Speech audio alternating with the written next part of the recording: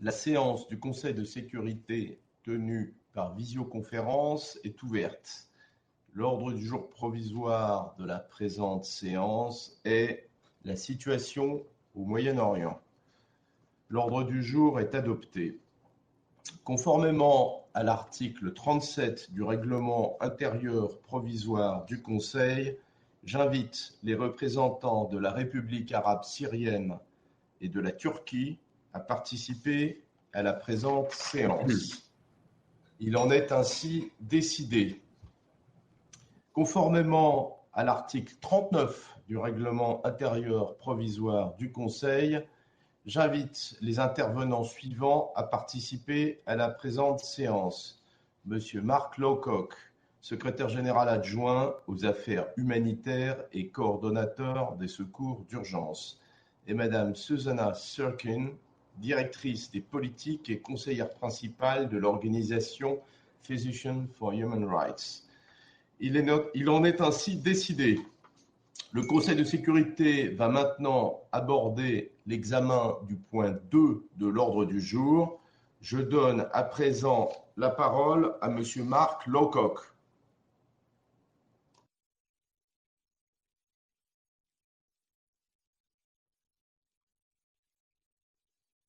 Well, thank you very much indeed, Mr. President. As of this morning, Syrian government authorities have confirmed 256 cases of COVID-19, including 9 fatalities. 6 cases have been recorded in the northeast, including 1 fatality. This is more than a 4-fold increase in recorded cases since my last briefing. So far, overall, infection numbers have thankfully remained low, but this must not be read with too much optimism, since testing remains extremely limited. Little over 8,000 tests have been conducted to date.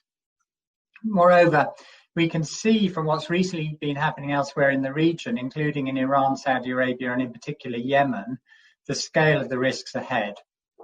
The United Nations continues to support COVID-19 preparedness and response measures across Syria, including the expansion of testing capacities. But significant gaps remain, including in personal protective equipment, medical case management supplies, and isolation and quarantine capacity. Syria's health system is not prepared for a large-scale outbreak. We need only to look at Yemen to see how quickly COVID-19 can collapse a health system devastated by years of war. Even as the number of recorded infections remains low, the threat of a broader COVID-19 outbreak is aggravating the economic downturn and constraining the humanitarian response. That could have serious consequences across the whole region, not just in Syria. It's in this context that I brief you today on 3 areas. Firstly, the human cost of the current economic downturn. Second, the situation in northwest Syria. And third, the humanitarian response underway from within Syria, including assistance delivered cross-line. Mr. President, prices of food, medicines, fuel, and other essential commodities are soaring across the country.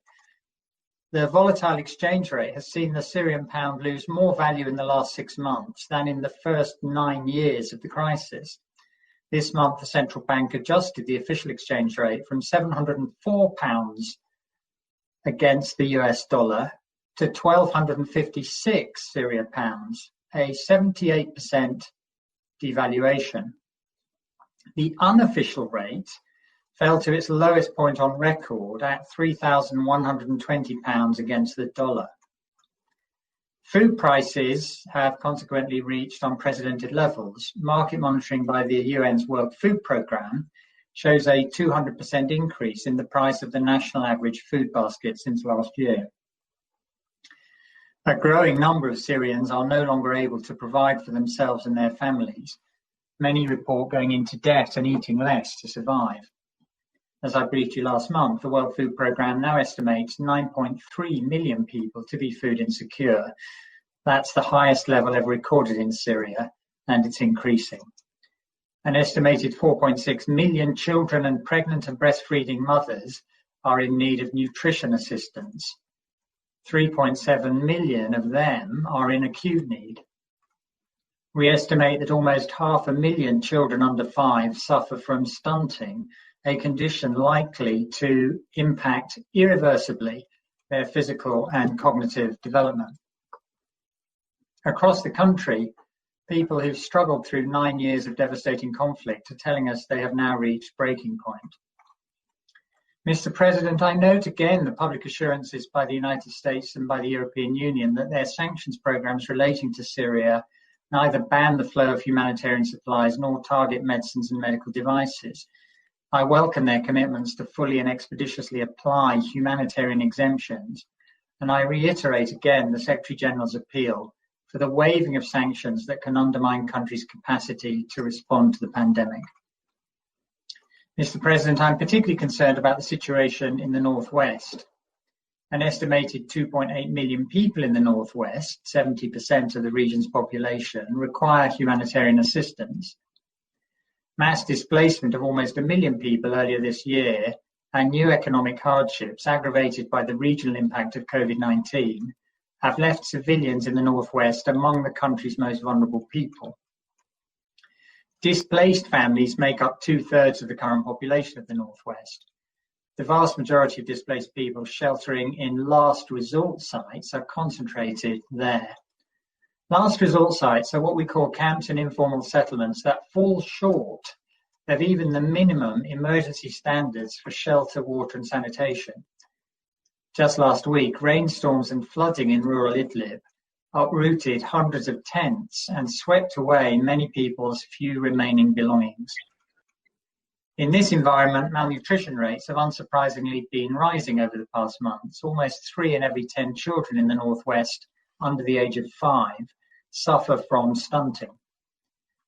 Mr. President, under the cross-border operations authorised by this Council under Security Council Resolution 2504, 1,781 aid trucks crossed the border from Turkey into northwest Syria in May. Most of that cross-border aid is food, and it's enough for 1.3 million people every month.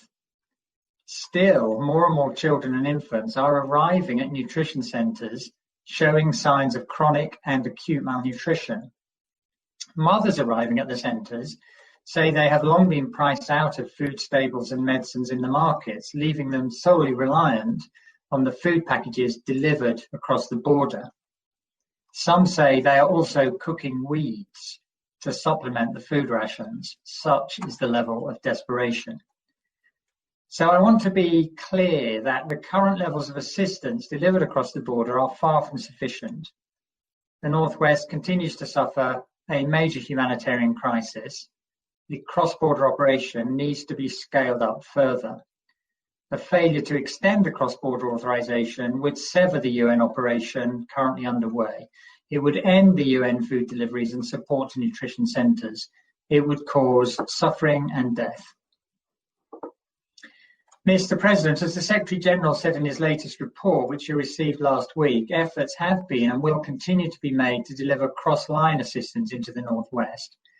But at the moment, it's simply impossible to replicate with cross-line assistance what's being delivered through the cross-border operation.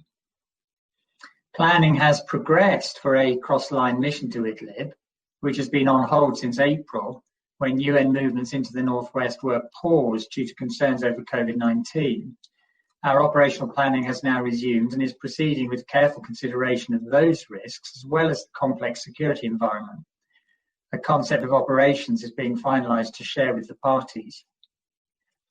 The Secretary-General's report further states that continued cross-border operations require a renewal of the authorization for Bab al-Salam and Bab al-Hawa for an additional 12 months. Both border crossings are required to sustain delivery. While the transshipment capacity of Bab al-Salam is lower than that of Bab al-Hawa, Bab al-Salam provides direct access to parts of northern Aleppo that host some of the highest concentrations of displaced people in the country. 1.3 million people live in the area accessed from Bab al-Salam, and 62% of those people are displaced. Mr. President, I turn now to the massive aid operation continuing from inside Syria. in the first 4 months of this year, humanitarian operations inside Syria reached more than 5.5 million people, including cross-line assistance into the northeast. That includes food assistance for 3.2 million, nutrition support for 500,000 children, critical water and sanitation for 1.3 million, 4 million medical procedures, and 2.5 million medical treatment courses. Due to the deteriorating economic situation, we've expanded humanitarian cash assistance. So far this year, more than $40 million worth of cash and vouchers have been distributed to highly vulnerable people, including those living with disabilities, to single-parent households and to the elderly. UNICEF and other education organisations are also supporting students currently taking their national exams across the country by preparing safe examination centres and implementing COVID-19 preventative measures. Thousands of students have been travelling cross-line to government areas, joining 250,000 of their peers to sit their national exams. To the students currently doing that across Syria, I wish you all the very best in your exams. Mr. President, the World Health Organization has dispatched 2 shipments of medical supplies to the northeast overland, in addition to deliveries by air. More than 5 months on from the renewal of Al Arabiya, distributions of WHO medical items have not reached the majority of facilities that previously depended on supplies delivered cross-border. As the Secretary-General stated in his review of cross-line and cross-border assistance back in February, and as he reiterated in his 67th report on the humanitarian situation in Syria, a combination of more cross-border and cross-line access is required to sustain levels of humanitarian assistance into the northeast and preferably increase that assistance. Should adequate steps not be taken for cross-line deliveries to work effectively, and in the absence of consent from the government of Syria or neighbouring countries to use border crossings into the northeast that are safe and logistically feasible, the Security Council would need to authorise the United Nations and its implementing partners to use additional crossings. Also in the northeast, some 90,000 people remain in overcrowded displacement camps, including at Al-Hol. About 58,000 of them are children, and they are from more than 60 different countries. High Commissioner for Human Rights, Michelle Bachelet, last week described her concern that thousands of them are unable to return to their countries of nationality or origin. I join her in calling on states to assume responsibility for their nationals in accordance with their obligations under international law. Mr. President, our humanitarian operations in Syria rely heavily on our frontline partners, including national NGOs and the Syrian Arab Red Crescent. I call on all parties to facilitate humanitarian access and protect all civilians and civilian objects, including humanitarian workers and assets, in line with their obligations under international humanitarian law. The humanitarian assistance we provide across Syria also depends on the support of the international community, including the assistance provided by regional neighbours hosting millions of refugees. Tomorrow sees the 4th Brussels conference on supporting the future of Syria and the region, and we'll be asking for this critical support to continue. Mr. President, on 23 June, the Russian Federation informed the United Nations that it will no longer participate in the humanitarian notification system, which the United Nations and its humanitarian partners use to share information with parties to the conflict. We'll discuss the situation further with our humanitarian organisations in Syria and with the Russian Federation. Humanitarian notification, let me remind you, aims to facilitate the delivery safely of humanitarian assistance by informing parties to the conflict of facilities and movements that fulfil a humanitarian function. Whether or not they participate in the humanitarian notification system, parties to the conflict remain bound by international humanitarian law, including the principles of distinction, proportionality, and precaution. Mr. President, Security Council Resolution 2504 expires in 11 days. I will close by reiterating the Secretary-General's and my own numerous appeals to extend the cross-border authorization. The cross-border operation provides a lifeline for millions of civilians in northwest Syria. We cannot reach them without it. Thank you. Je remercie Monsieur Lowcock de son exposé et je donne à présent la parole à Madame Susannah Sirkin. Merci, Monsieur le Président. Thank you, Mr. President. And thank you for the opportunity to provide this briefing to the Council on the humanitarian crisis in Syria. It is a historic moment for the Council's work as you face a global pandemic and hear the growing calls for a future of international peace, security, built on respect for human rights, equality, and justice for all. It is this spirit that created the United Nations and this body after World War II. The biggest pandemic since the United Nations founding presents an urgent call to conscience for the Security Council. My name is Susannah Sirkin, and I'm Director of Policy at Physicians for Human Rights, which is an international non-governmental organization that brings the expertise of science and medicine to the defense of human rights. We have been rigorously documenting and reporting on violations of international humanitarian law in Syria for the past 9 years. It has been just under 1 year since I last briefed this council about the attacks on health workers and facilities in Syria and the devastating impacts these crimes on the health and lives of people there have had.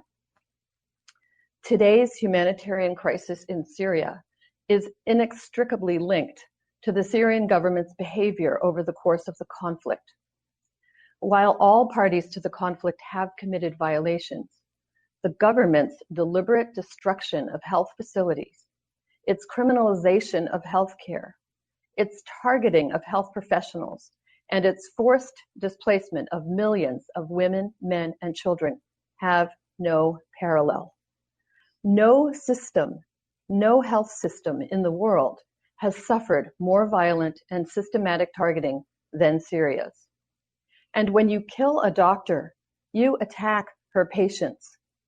When you bomb a health clinic, you terrorize a community. In our analysis, this has been part of the strategy of the Syrian government to break the spirit of Syrians who oppose the brutal regime by crushing their health care. Since the beginning of the conflict in 2011, the Syrian government and its allies, including the Russian Federation in the later years, have done just that again and again. Physicians for Human Rights has verified 595 individual attacks on more than 350 facilities over the span of these 9 terrible years. Taken together, these attacks constitute crimes against humanity. It is a bleak, distressing tally that challenges the duties of this council. With widespread impunity, we fear this number will continue to rise, given the fragility of the current ceasefire and the recent spike in hostilities in northern Hama and southern Idlib. Now, much has changed in our world in the past year, but the core behavior of the parties to the conflict has not. The governments of Syria and Russia, represented here today at this council meeting, have cynically continued to flout international laws and norms for military advantage. And impunity has thrived where diplomacy has sadly failed. Meaningful accountability for the long list of crimes committed has been practically non-existent. It will continue to be a blight on this council's standing that it failed repeatedly to refer the crimes of the Syrian conflict to the International Criminal Court, which is the essential institution of last resort when accountability for the gravest crimes known to humanity is glaringly absent. But while the road to justice may be long, we know that more avenues to criminal accountability will indeed arise. As we speak, documentation of grave violations is being used in national courts under universal jurisdiction to build more legal cases and give hope to survivors. Now, during the past 4 months, we have seen our world upended by COVID-19. The pandemic has put even the most well-equipped health systems to the test and has exacted an unprecedented toll, sparing no country. But after years of conflict, the Syrian population is far more exposed than most to the impacts of COVID-19. In northwest and northeast Syria, where meeting the most basic health needs is a daunting task, the spread of COVID-19 would be catastrophic. While reported cases do remain low, it is only a matter of time before coronavirus finds its way into the internally displaced persons camps and dense population centers of this region. Despite record-level cross-border aid deliveries into northwest Syria, the humanitarian needs remain overwhelming, and the health system is nowhere near strong enough nor supported enough to effectively respond to a serious outbreak of COVID-19. Overcrowding, malnutrition, and persistent gaps in water, sanitation, qualified medical personnel, and essential medical resources, from oxygen to personal protective equipment, all make it very likely that the virus will spread like wildfire through the northwest of the country. According to MedGlobal, and as a result of attacks on healthcare and displacement in northwest Syria, there is an average of only 0.14 doctors per 1,000 people, compared to 1.3 per 1,000 in the rest of the country. The situation in the Northeast is also critical. The shortages in medical equipment and supplies in an area hosting 2 million people are truly shocking. The gaps have grown more severe since the Council removed the Al Yarubia crossing point, funneling critical aid from Iraq into the Northeast. According to NGOs in the Northeast, 11 health facilities are at imminent risk of closure or severe disruption to their services, while another 86 facilities are facing shortages of essential health kits that were usually supplied by the United Nations via the Al Yarubia crossing. Cross-line aid has clearly not compensated for that loss of the channel, despite recent improvements. For the Council to expect a government responsible for igniting and perpetuating one of the worst humanitarian crises of our time to turn around and facilitate access to aid in good faith is an exercise in self-delusion. Our partners in Syria have warned us about the lack of resources they face, about the impossibility of effectively enacting mitigation measures in overflowing border camps and overpopulated towns. They have warned us, and they have warned you, of the impending collapse of their frail health system and of the hundreds of thousands of lives hanging in the balance. These doctors and nurses and paramedics have sacrificed years of their lives under the threat of bombs and bullets, enduring unconscionable persecution and unfathomable loss in order to save as many lives as they can. As one Syrian doctor recently told us, we've died 1,000 times over from chemical attacks and barrel bombs and rockets and hunger and torture and freezing weather. Now, 9 years into a brutally executed conflict, they are facing one of their biggest challenges yet. Physically and psychologically exhausted and lacking the most basic resources to protect themselves and tend to their patients. All we can do is pray for our patients, a doctor from a town in western Aleppo told us the other day.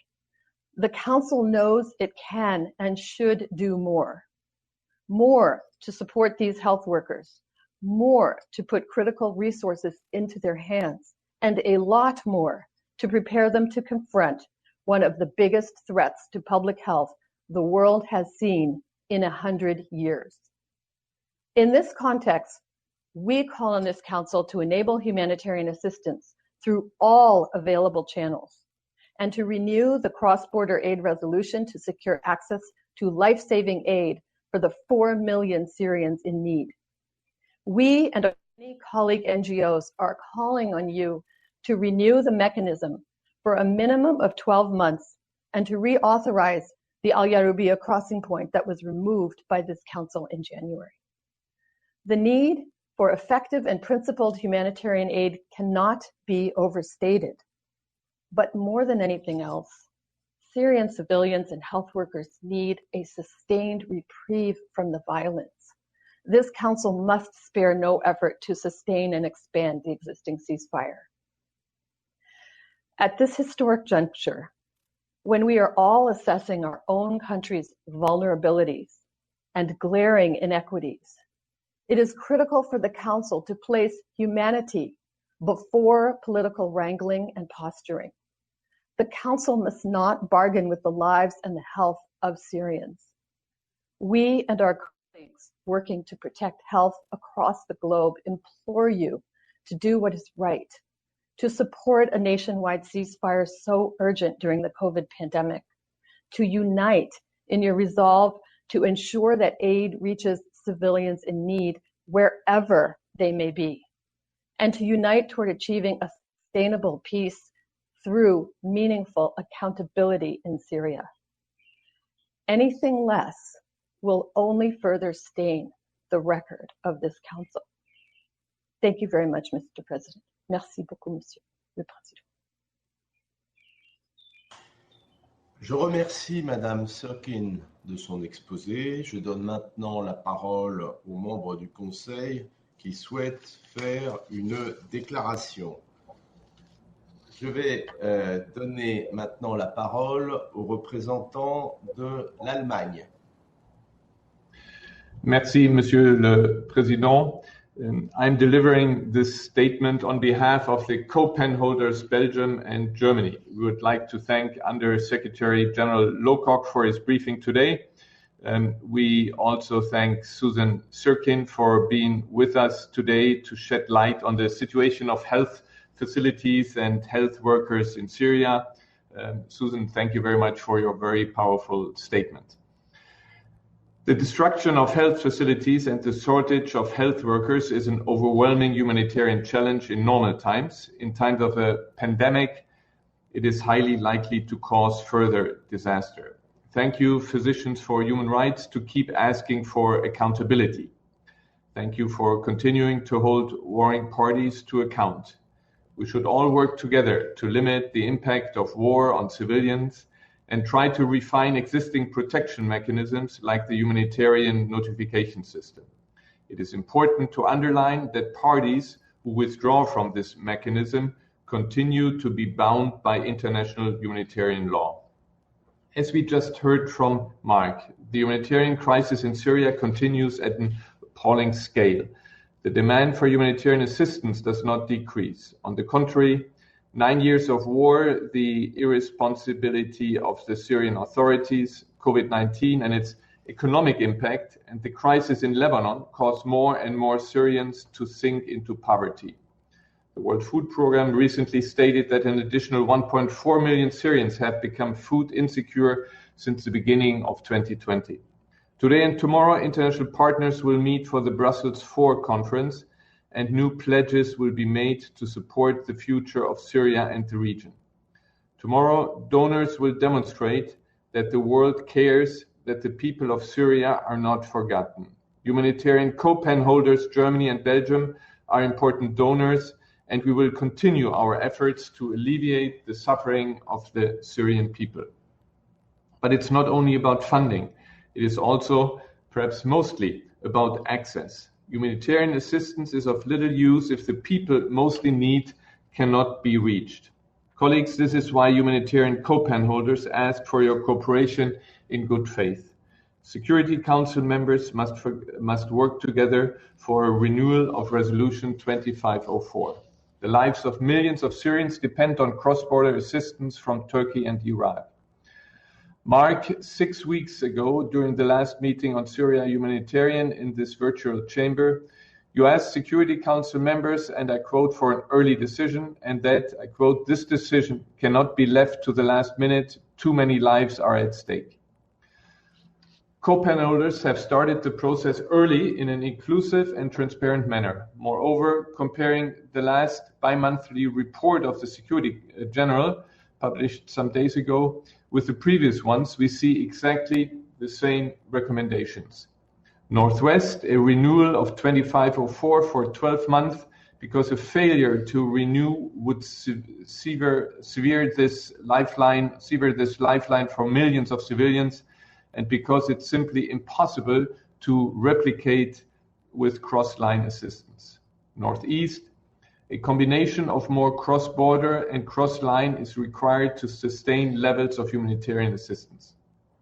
And we all know, and Mark, as you explained very well, that a humanitarian operation like the one taking place through the border crossings for Bab al-Salam and Bab al-Haba in northwest Syria requires weeks and often months of lead time. Operations are on all-time record level. By delaying the process, dear colleagues, we put the ability of humanitarian organizations to save lives in danger. At the beginning of these negotiations, we promised each other to do better this time. Yes, the cross-border mechanism is meant to be temporary. Yes, cross-line aid is important and growing. But the reality on the ground is that cross-line aid is nowhere near the required level to meet the vast humanitarian needs. This means that the cross-border mechanism remains as relevant, as necessary as ever, and will be so for the foreseeable future. We must not allow ourselves to be misguided by political or military considerations. Let's concentrate instead on the essential, life-saving humanitarian assistance. Mr. President, in my national capacity, I would like to add a few words. I already mentioned the importance of the Brussels conference taking place tomorrow. German Foreign Minister Heiko Maas will attend and announce the German pledge. Our support for the Syrian people has been unwavering. In 2019, Germany pledged more than 1.6 billion US dollars.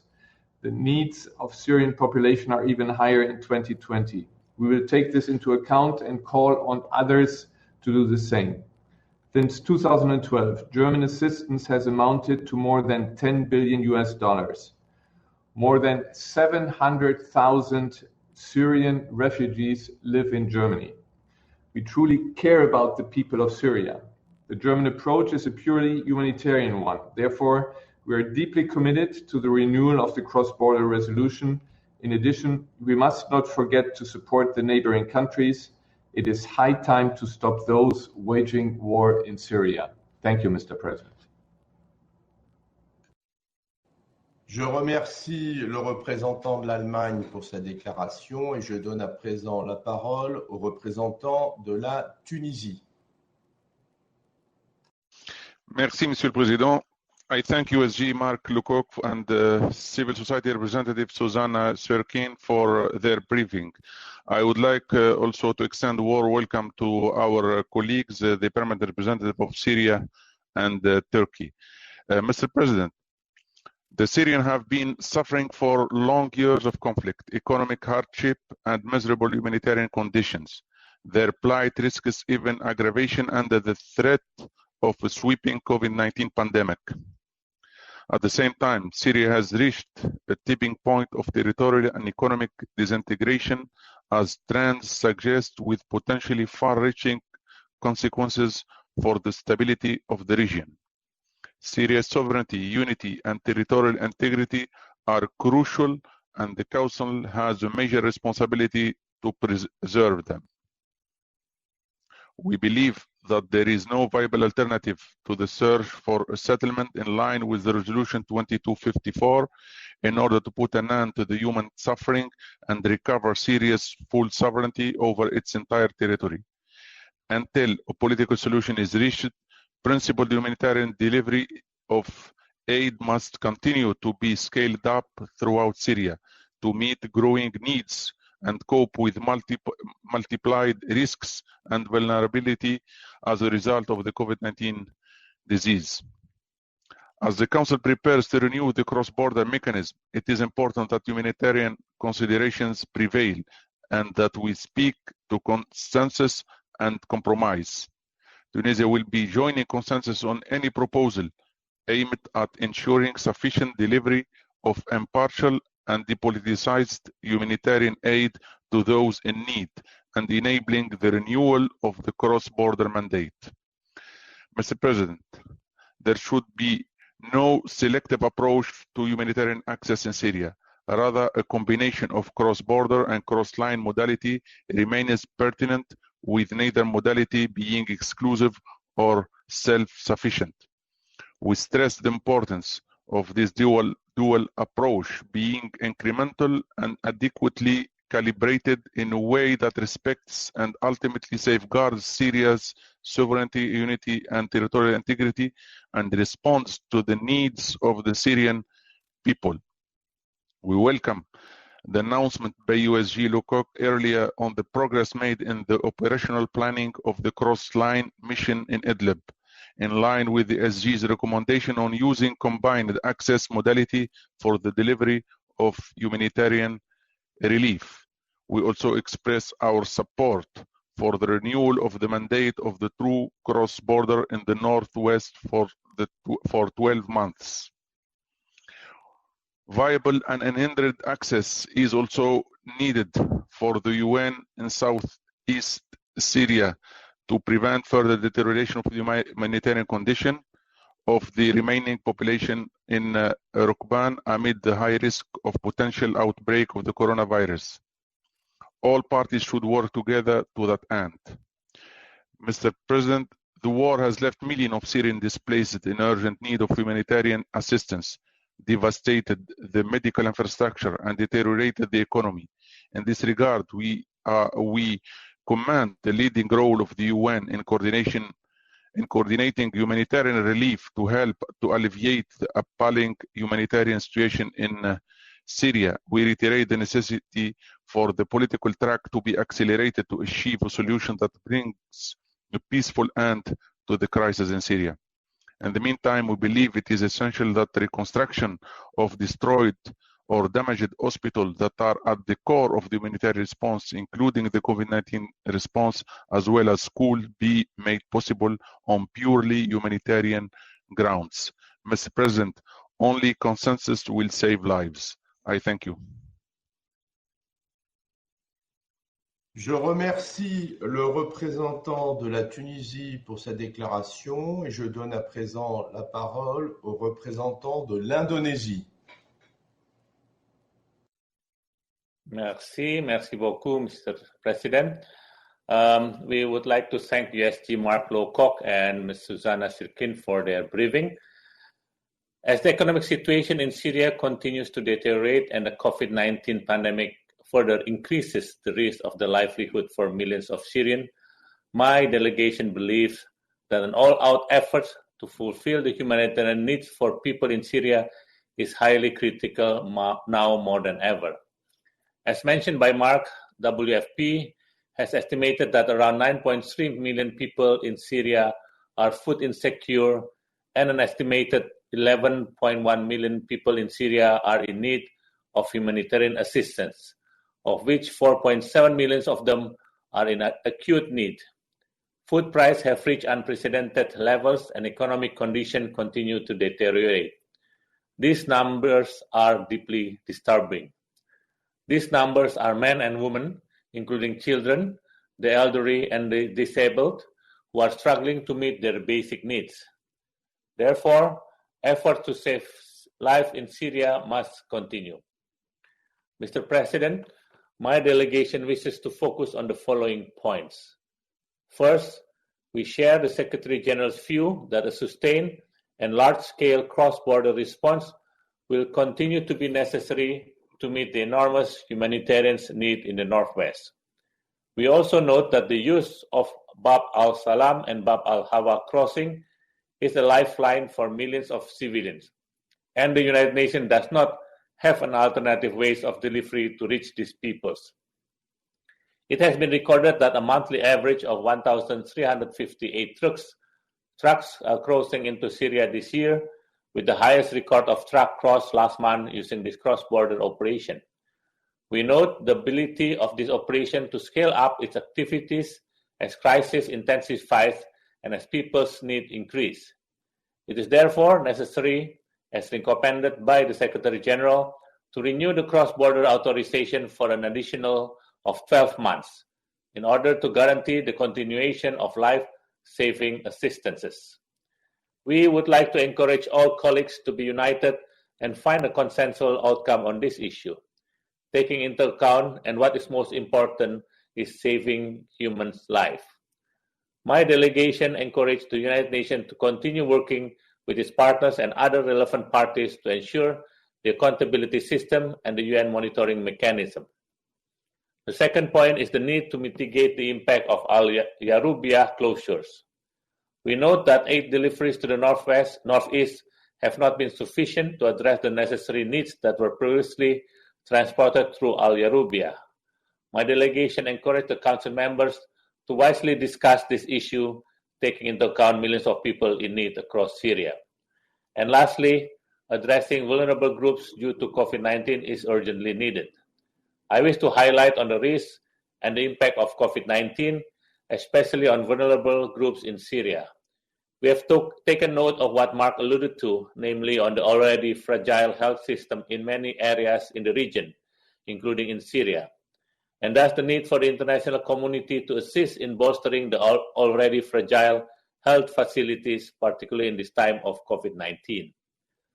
Overcrowded camps in some areas in Syria with lack of medical facilities and sanitation increase the spread of the pandemic in these sites. We therefore appreciate the continued support of the United Nations to assist the COVID-19 preparedness and response across Syria, and encourage to redouble its efforts to help the vulnerable groups. We urge all parties to the conflict to cooperate and provide the United Nations and its humanitarian partners all the necessary access for humanitarian deliveries, particularly to the IDP camps.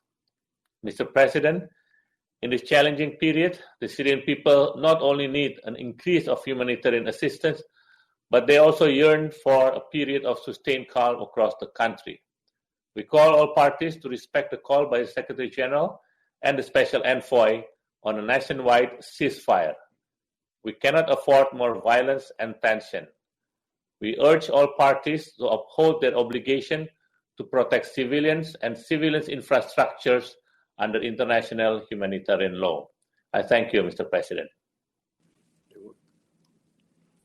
Je remercie le représentant de l'Indonésie pour sa déclaration et je donne à présent la parole au représentant de la République dominicaine. Merci, le Président. We thank USG Mark Lowcock for his briefing and welcome Susannah once again to the Council. I take this opportunity to recognize the many humanitarian workers that serve the needs of the people of Syria and express our admiration for the work they do. Mr. President, it is clear for the Dominican Republic that, at this juncture, the most important role of this Security Council should be no other than facilitating the work of those real heroes, so that they can do their job to save the lives of those who have endured the consequences of this conflict, those who have been subject to neglect, hunger, displacement, fear, and now, once again, a profound uncertainty. The Dominican Republic will not attempt to repeat what we all already know about the humanitarian situation of millions of Syrians. But let us then take a moment to think about what we can do about the situation, with no other concern than the needs of people, no political considerations, no transactional approaches, no bargaining, just the needs of the people. Is it that difficult? If we only take that approach, it would be easy to protect the services Syrians are receiving through the cross-border mechanism. Let us take one example: food insecurity.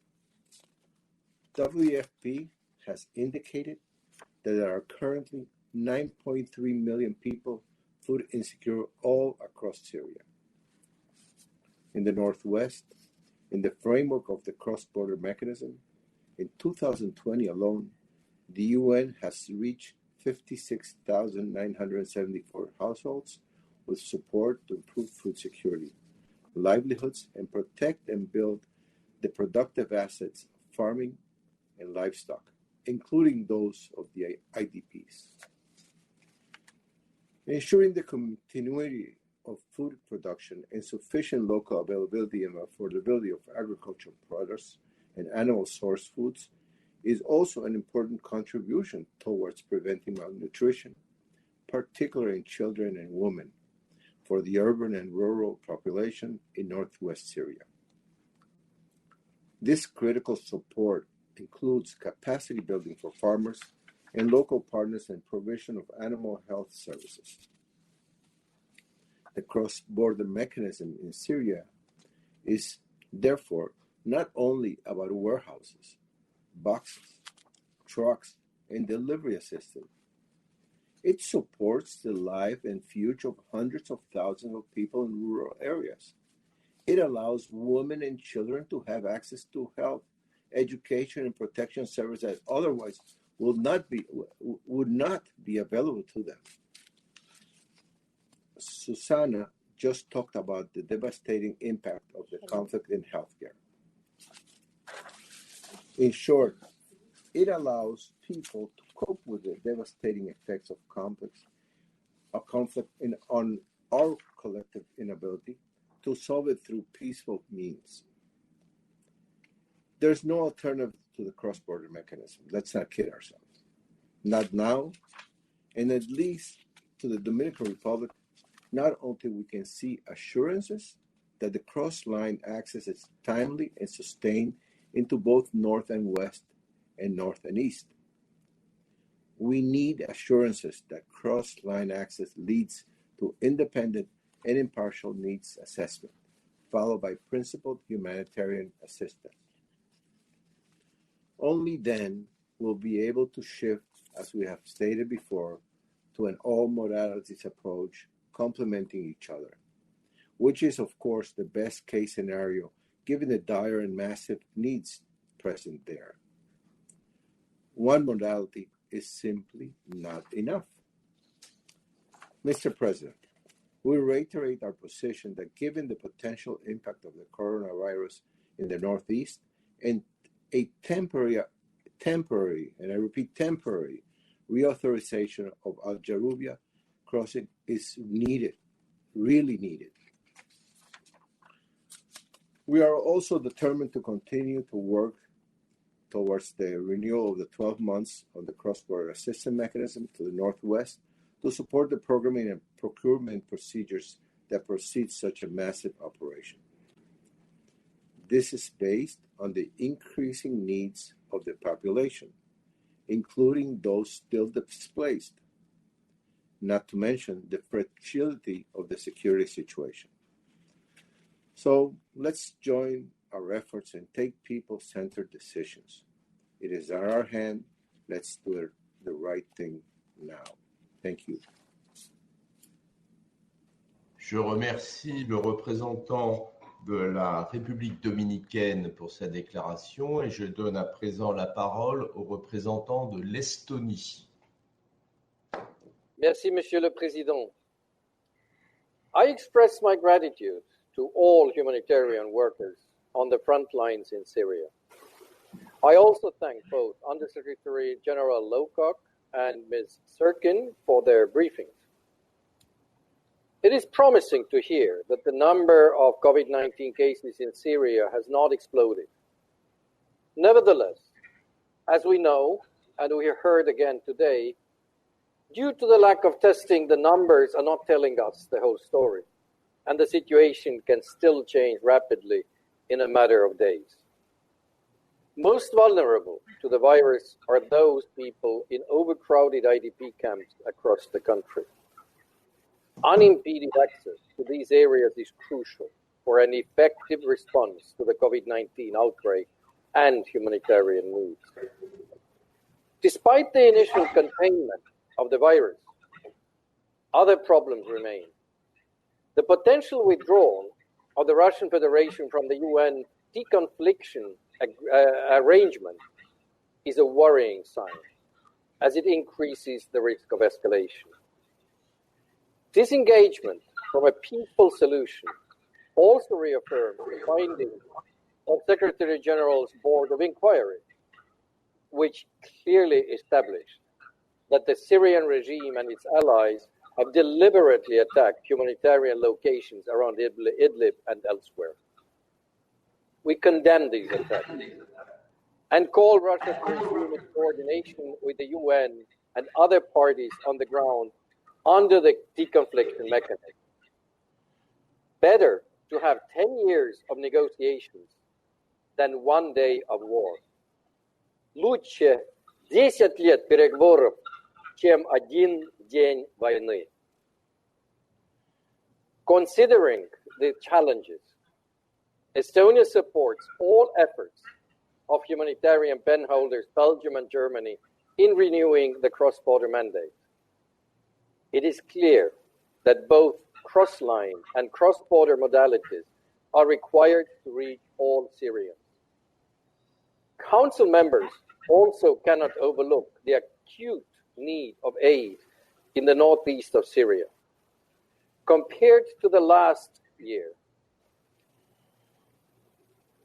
only 1/3 of facilities receive the necessary equipment and medicine. We need a durable solution. Reauthorizing Al Yaroubiya crossing for cross-border deliveries is the most effective answer, but other alternatives could be considered. We cannot ignore the suffering people in that large area. Finally, as long as the Syrian government avoids taking responsibility and refuses to genuinely engage in the political process, economic sanctions of the European Union will remain in place. These measures are there to bring justice and force the regime to choose peace over destroying their own country, as was so vividly just described by Ms. Sirkin. This is also an imperative for the 4th Brussels Conference on supporting the future of Syria, which started just today. We want to note that European Union and United States together contribute about 90% of UN funding to Syrians. Merci, Monsieur le Président. Je remercie le représentant de l'Estonie pour sa déclaration et je donne à présent la parole au représentant de la Fédération de Russie. Ничего не предупреждали? Mr. President, I think that we changed our order with Vietnam. Could you please take that into account? I was not informed, but I give now the floor to Vietnam. Thank you, Mr. President. At the outset, I would like to join the colleagues in expressing our gratitude and appreciation to all humanitarian personnel working on the ground in Syria. I would like to thank Under Secretary General Mark Lowcock and Ms. Susannah Sirkin for their briefings. First of all, we remain deeply concerned over the overall humanitarian situation in Syria, which has been compounded by the current impact of the COVID-19 pandemic and the mounting economic hardship. These extra layers are further impairing the well-being of Syrian people, as well as the vulnerable healthcare system in Syria, the results of nearly a decade of conflict. There is so much to be done to deal with the severity of the current humanitarian situation in Syria. Recent reports by the Secretary General have pointed out worrisome facts and figures, including over 11 million people in need of assistance, 9.3 million facing food insecurity, acute shortage of basic goods, food prices double to a record level in one single year, and millions of displaced people with limited access to basic needs. Second, regarding humanitarian response in Syria, we welcome the efforts of international community to provide assistance, including those related to COVID-19 preparedness and response capacity. It is encouraging to see that the ceasefire agreement in the Northwest continue to generally hold, which meaningfully facilitates greater assistance effort. However, instability and the risk of escalation continues unabated, putting civilian life in danger. In the Northeast, we take note of the fact that WHO overland deliveries are able to reach the region, along with the air delivery from other sources. However, a serious shortage of medical supplies is still reported, especially when there are COVID-19 confirmed cases in the areas. Mr. President, against this backdrop, we call on the Syrian government who bear the primary responsibility to settle the humanitarian situation in their country, to continue to step up their cooperation with the United Nations and other relevant parties to improve humanitarian response, especially in the Northeast. We reiterate our call on the international community to further increase humanitarian support for Syria to overcome this difficult moment. It is important that the international community stay entirely united in supporting people in need. In this connection, while commending great effort by UN agencies, contractors, and other parties, we also notice that the report by the Secretary General also recognize that aid is distributed and implemented primarily by national actors, and access has been granted to UN agencies and the numbers of governorates of Syria. To facilitate this important work, we reiterate our support for the call of the Secretary General and his special envoy for a ceasefire throughout Syria and urge all parties to heed that goal, suspending all ongoing hostility to create more favorable conditions to sustain and unimpeded humanitarian access to different parts of Syria. It is also important to make sure that the COVID-19 response capacity of Syria is not affected by any type of sanctions, as the Secretary General had called upon.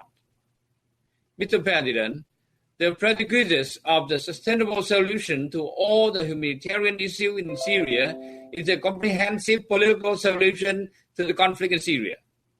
We would like to stress the importance of the Syrian-led and Syrian-owned process in line with Security Council Resolution 2254, in accordance with the fundamental principles of international law and UN Charter, including the full respect for the principle of sovereignty, equality, territorial integrity, and non-interference in the internal affairs of the state.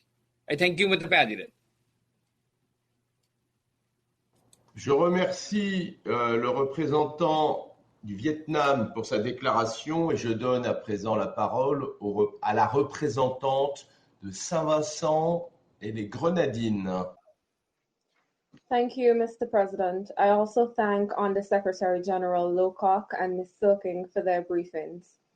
St. Vincent and the Grenadines remains alarmed by the dire humanitarian situation in Syria, which has been exacerbated by the COVID-19 pandemic. The magnitude and complexity of the crisis continues to demonstrate the urgent need to scale up the humanitarian response, a lifeline for millions of Syrians. In this regard, we reiterate our support for the most optimal access arrangements through all modalities to guarantee the rapid, uninterrupted, and direct provision of humanitarian aid to all who need it.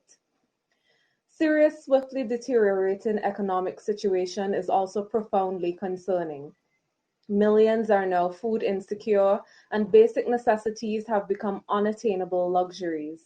Syria cannot continue to withstand the pressures of unilateral sanctions, which also serve to undermine the country's COVID-19 response and mitigation efforts. We therefore reiterate our calls for the lifting of all unilateral coercive measures to assist the country in confronting the seemingly insurmountable challenges.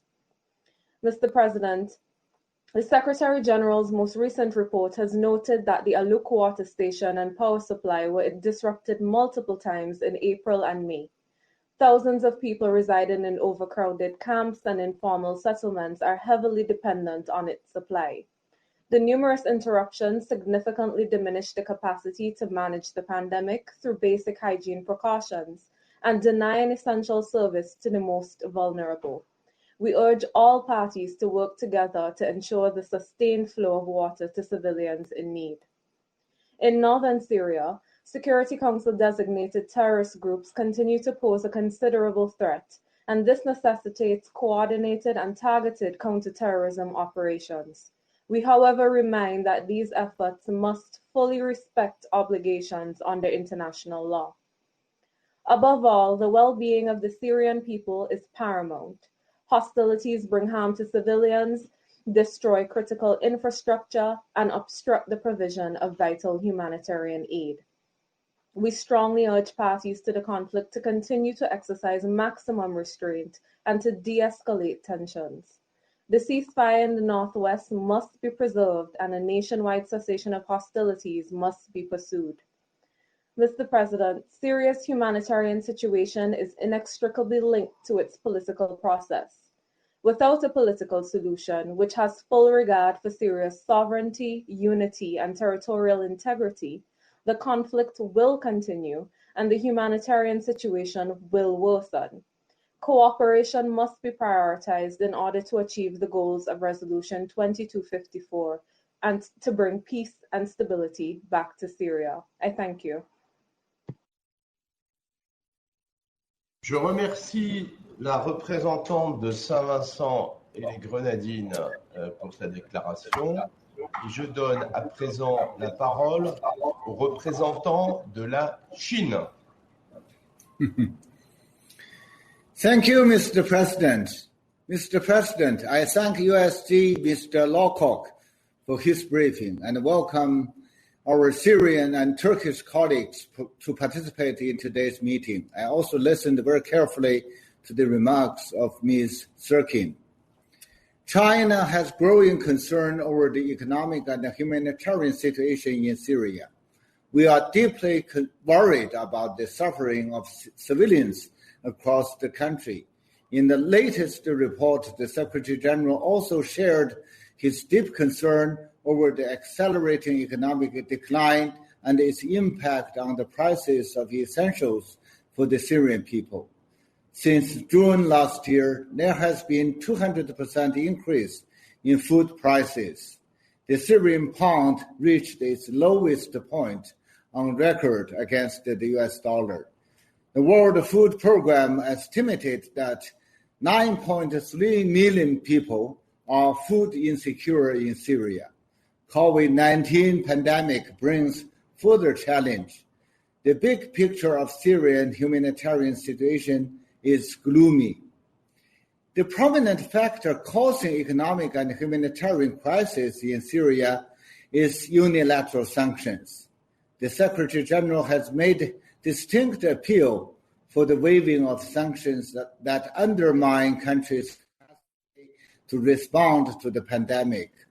The Special Envoy, as well as the High Commissioner for Human Rights, also echoed their global appeal. Regional countries also voiced their concern over sanctions on Syria, holding that such sanctions have already affected the economy of the region. We once again strongly urge relevant countries to lift these sanctions. There have been rich and convincing research and analysis, including those by OCHA, on how sanctions cause humanitarian consequences. For example, sanctions and economic blockade lead to increased unemployment and further result in reduced household income of workers and reduced nutrition intake for workers' dependents. We call on OCHA to pay more attention on the negative impact of sanctions on the humanitarian situation in Syria and other countries, and update the Security Council with comprehensive review in this regard. As we have stated repeatedly, the Syrian government bears the primary responsibility to improve the humanitarian situation in Syria, including preventing and containing the spread of COVID-19. Its role cannot be replaced. We are glad to learn about the progress in cross-line humanitarian operations. In May, WHO dispatched an overland delivery of medical supplies to the northeast from Latakia, apart from deliveries continued by air. UN agencies and the relevant parties should put more focus on removing the obstacles in cross-line operations and work with the Syrian government to use crossing points within its control and with its consent. With regard to cross-border humanitarian assistance, we take note that there are still needs for such operations in Syria, while relevant parties have different positions on the cross-border mechanism. We believe that any decision of the Security Council must show respect for the sovereignty and the territorial integrity of Syria. We are willing to maintain communication with fellow council members on this issue.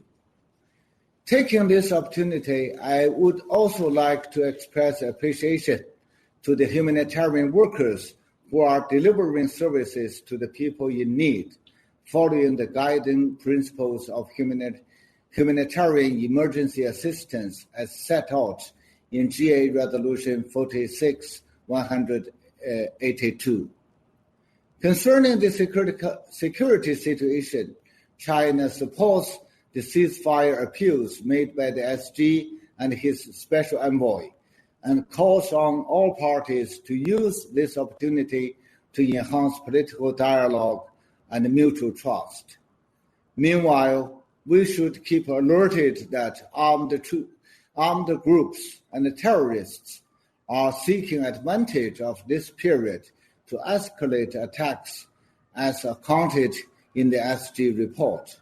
Effective, cooperative, and targeted counterterrorism efforts must be put in place. Last but not least, let me reiterate China's firm position of supporting the Syrian-led, Syria-owned political process, while fully respecting the sovereignty, independence, unity, and the territorial integrity of Syria. Thank you, Mr. President. Merci beaucoup. Je remercie le représentant de la Chine pour sa déclaration et je donne à présent la parole à la représentante des États-Unis. Thank you, Mr. President. And thank you, Susannah Sirkin, for challenging the duties of this council, the moral duties of the council. And thank you, Mark, for your briefing today. I could hear the urgency in your voice, and you know the time is now, and it's the urgency of the moment. So thank you for once again being with us today and being on that emotional roller coaster. And I can give you our word that, as Christoph said, that we promise to do better the next time. We will do better this time. In only 11 days, the Council's mandate for the life-saving cross-border humanitarian aid mechanism will expire. 11 days. I can't overstate how important this Council's decision will be to millions of people throughout Syria. And the decision before the Council is simple. Will we do the right thing and save lives, or will we allow people to die? The answer is clear to the United States, as it should be for every member of this Council. We must authorize the UN's continued use of both Baba Hawa and Baba Salam for 12 months, the mandate of Resolution 2504 for 12 months, and temporarily reopen the Al Yarbiya crossing into the northeast to prevent the spread of COVID-19. Our position is based on fundamental humanitarian imperative and basic human decency. It is based on our obligation to feed the hungry, tend to the sick, do all we can for those who are suffering and in need. Basic needs. This is a responsibility each of us shares as we consider the renewal of Resolution 2504. We, and I mean we, as in each one of us, must make the right choice. We must take action to save lives because al-Assad, his regime, and his allies have failed to meet their basic responsibilities while waging war against the Syrian people. They have turned humanitarian aid into a weapon of this war for almost a decade. As we speak, the regime's despicable starve and siege tactics are heavily restricting the UN's internal cross-line assistance efforts to places like northeast Syria, Rukban, and rural Damascus. These communities rely on cross-line aid approved by Damascus, but they only receive it when politically expedient for Damascus to provide the approvals. This is why only a handful of the cross-line convoys have reached northeast Syria since January, and why the people inside the Rukban IDP camp have had to go for months without UN shipments of food and other supplies, basic needs. Because the Assad regime will not permit the UN to replace cross-border provision of medicines and medical supplies via the cross-line mechanism, Al-Yarabiyah remains the most viable and effective option for the UN's delivery of such needed supplies and services. Once again, these needed supplies and services are basic. They're basic needs. Its closure undermines the UN's response and the response of all actors that rely on UN-imported supplies. Further, the crossing is critical to ensuring the provision of adequate support to the people and the communities recovering from the scourge of ISIS in eastern Syria and in helping prevent ISIS from reemerging in Iraq and Syria. We cannot mistake the one-off deliveries and one-off approvals from Damascus as real progress toward improving and sustained humanitarian access. The UN continues to tell us that cross-line deliveries are insufficient and that large gaps remain between what is needed by millions of Syrians and what Damascus approves. We should trust and we should act on the UN's assessment. This is why the United States is fighting to implement the Secretary General's recommendation to address the needs in northeast Syria through a combination of cross-line and cross-border aid. Restoring cross-border access through Al-Yarabiyah crossing is essential as we all work with the UN to make cross-line deliveries more regular and impartial, not based on the whims of the murderous regime in Damascus. Troubling, we understand that Russia has terminated its deconfliction arrangement with the UN, putting the lives of millions in northwest Syria at risk, and further obstructing the delivery of UN assistance in this area. Russia's decision is completely unacceptable and is designed to erect new barriers to the provision of humanitarian assistance, placing in serious jeopardy the safety and security of humanitarians on the ground. We are shocked that Russia would take such a dangerous step. I want to address head-on the accusations that U.S. sanctions under the Cesar Act are undermining humanitarian access in Syria. Suggestions that our sanctions prevent humanitarian aid from reaching Syria is propaganda meant to distract from the horrors of the Assad regime and its irresponsible economic mismanagement. The Cesar Act and Syria sanctions do not target medicine or food. They focus on significant transactions that support the government of Syria on certain persons acting on behalf of the regime. They target the Assad regime, not the Syrian people. Further, the Cesar Act provides for certain waivers, including a national security interest waiver and a long-term humanitarian waiver.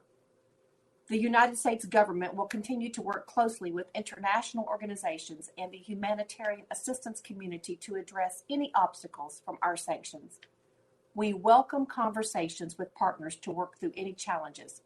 As the largest humanitarian donor to Syria, the U.S. has provided $10.6 billion in humanitarian assistance to displaced and conflict-affected Syrians inside and outside of the regime's control and throughout the region.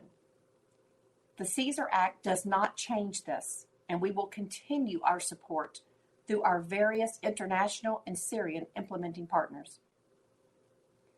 As we have heard from our briefers, we must never play politics with the lives of the Syrian people. Syria is on the brink of famine. The number of reported COVID-19 cases, while still mercifully low, has already increased to 5 times what they were just 1 month ago. And we know there are not enough testing kits, PPE, and medicine to prevent the disease from spreading in Syria. So I want to ask all of you, how can you look at the situation in Syria and not advocate for a full renewal of the cross-border mechanism for Northwest and Northeast Syria?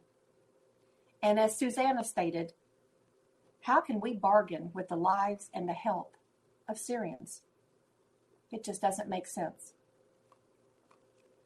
The Council has a moral obligation to the Syrian people to ensure they receive assistance, to ensure that they survive, and to ensure the cross-border mechanism is more vital now than ever in the light of the COVID-19 pandemic.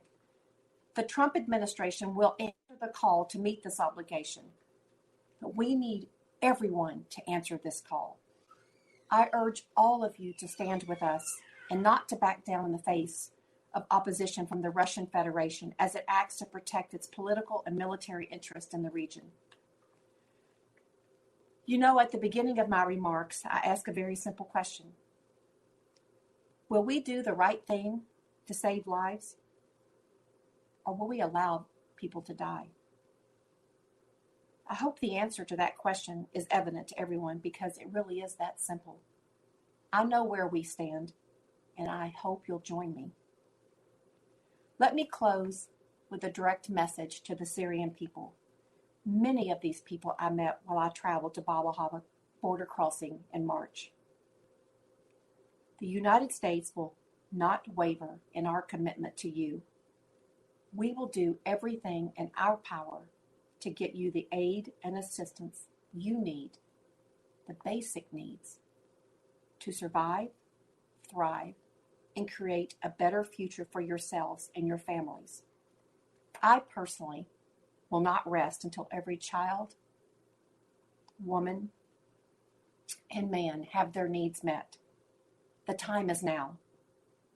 We are with you, and we will remain with you. Thank you. Je remercie la représentante des États-Unis pour sa déclaration et je donne à présent la parole au représentant du Niger. Merci, Monsieur le Président. Mr. President, I would like to begin by thanking Mr. Lowcock and Mrs. Susannah Sirkin for the quality of their briefings. I also thank the Secretary General for his report contained in document S/2020-576 on the humanitarian situation in Syria. Unfortunately, that complex situation continues to deteriorate.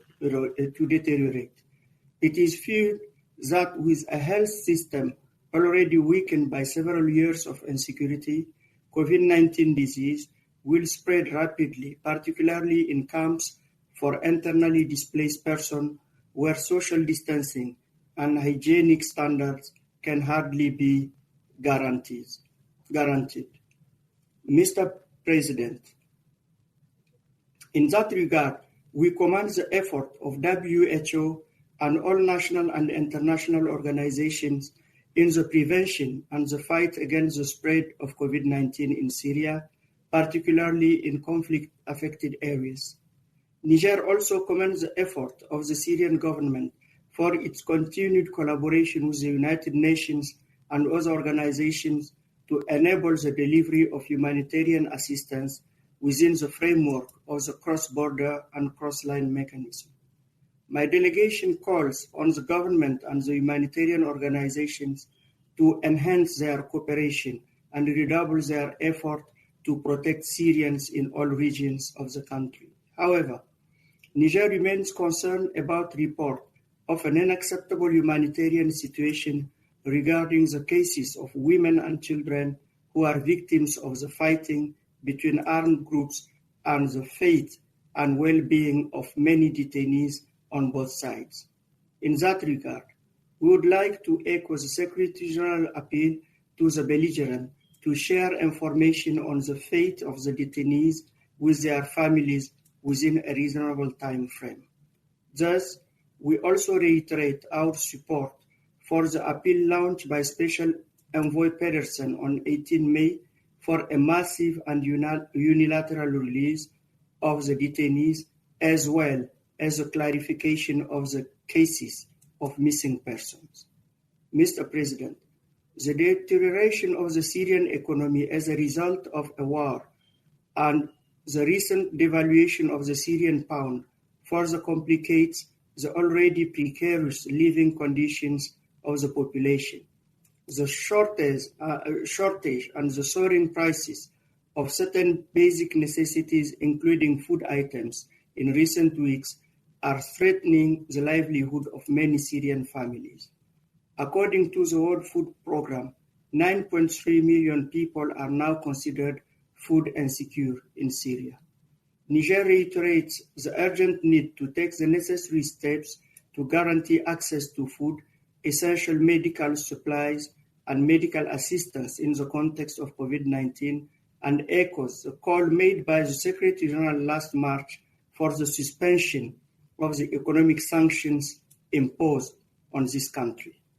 The Security Council must find a permanent and secure solution to the problem of the delivery of humanitarian aid to the northeast and northwest of Syria. But in the meantime, the cross-border and cross-line mechanism for the delivery of this aid remains the only lifeline for millions of Syrians in need. In that regard, we look forward to the renewal of Resolution 2504 in July on a consensual and non-politicized basis. In conclusion, Mr. President, whether we are talking about humanitarian, political, or chemical weapons issues, respect for Syria's sovereignty and the full involvement of its government in all the processes is crucial in finding lasting solutions to the crisis. My delegation, therefore, calls on Council members to put aside their differences and make the necessary compromises so that we can help the Syrians turn this painful page in the history of their country. I thank you, Mr. President. Je remercie le représentant du Niger pour sa déclaration et je donne à présent la parole au représentant de l'Afrique du Sud.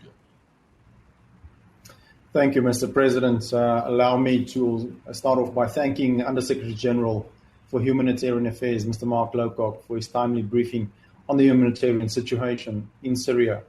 We also welcome and note the briefing by Ms. Susannah Sirkin. Mr. President, let me begin by reiterating South Africa's call for a cessation of all hostilities across Syria and for safe, unimpeded and impartial delivery of humanitarian aid throughout the country and assistance to all who require it, no matter where they are. The prolonged conflict has left lasting effects throughout Syria and has left a permanent scar on the people of Syria. Children born in the last decade have known no peace. They have known only war and seen the devastation around them. As we have seen from the Secretary General's latest report, the humanitarian situation in Syria remains dire, with women and children bearing the worst of the conflict and deteriorating humanitarian circumstances. South Africa is deeply concerned that the number of people throughout Syria who are now food insecure has reached 9.3 million in the past 6 months, the highest number ever recorded in Syria. We call on all parties to put humanity first and seek a peaceful resolution to the conflict. Such a peaceful resolution requires a cessation of hostilities and a recognition of Syria's sovereignty and its territorial integrity. The situation in Syria can only be resolved through negotiations and dialogue, and South Africa therefore calls on all parties to exert every effort towards the full implementation of Resolution 2254 of 2015 to further avoid the displacement of Syrians and loss of innocent lives. Mr. President, the spread of the COVID-19 virus remains a threat in Syria, with a significant increase in positive cases in the past month and the potential for a further increase in the coming months. We appreciate and commend the efforts taken by the UN agencies, the Syrian government, and local authorities for the steps that have been taken to curb the virus. Preparedness and response planning are essential components of any humanitarian response. This is even more critical in a situation where the health system is fragile and there are large groups of people staying in overcrowded spaces, such as refugees and IDPs, the elderly, and people with underlying health conditions who are particularly vulnerable to COVID-19. The situation is exacerbated by the lack of adequate water and sanitation infrastructure, as well as a shortage of qualified health personnel, medical equipment, and supplies. In this regard, the unilateral sanctions imposed on Syria have had a further deteriorating impact on the economic and humanitarian situation in the country. The impact of the conflict is exacerbated by these measures, which has led to a further deterioration of the economy, thus affecting the livelihoods and food security of ordinary Syrians throughout the country. The intended impact of these sanctions, which surely is not to resolve the conflict, must be questioned. Measures adopted by the international community and individual member states should be to save lives and improve the humanitarian situation, not lead to further hardship. Mr. President, South Africa notes that the 5 March ceasefire is holding in the northwest of Syria. However, we remain concerned about the increased sporadic violence between and within armed groups and the apparent indiscriminate use of weaponry between various non-state armed groups that has resulted in the injury and death of civilians. Reports indicate that armed groups appear to have taken advantage of the focus on the COVID-19 pandemic to escalate attacks in various areas. We should not allow armed groups to take advantage of the international community's focus on stopping the spread of COVID-19 to escalate attacks. We also express concern at the reports of burning of large swathes of agricultural land, further exacerbating the food security situation. Mr. President, South Africa is also deeply troubled at the continued detention of individuals, including women and children, by parties and areas under their effective control. It is unacceptable that people are detained seemingly without cause. In this regard, South Africa wishes to call on all parties to the conflict to abide by their obligation to respect international human rights law and international humanitarian law concerning persons deprived of their liberty. We continue to call on the parties to release detained civilians, particularly women, children, the elderly and vulnerable groups, which during these times of COVID-19 include the sick and those with underlying medical conditions. Additionally, South Africa also wishes to reiterate that all measures to counter terrorism should comply with obligations under and in respect for international humanitarian law and international human rights law. In closing, Mr. President, the Secretary General has clearly stated in his report, and I quote, that the provision of humanitarian assistance require timely, safe, sustained and unimpeded access by the United Nations and all humanitarian partners to people in need across the Syrian Arab Republic. Close quotes. South Africa fully supports the Secretary General in his call and will continue to advocate for the provision of humanitarian assistance to all Syrians in need throughout all available and direct means and modalities, including through cross-border and cross-line deliveries.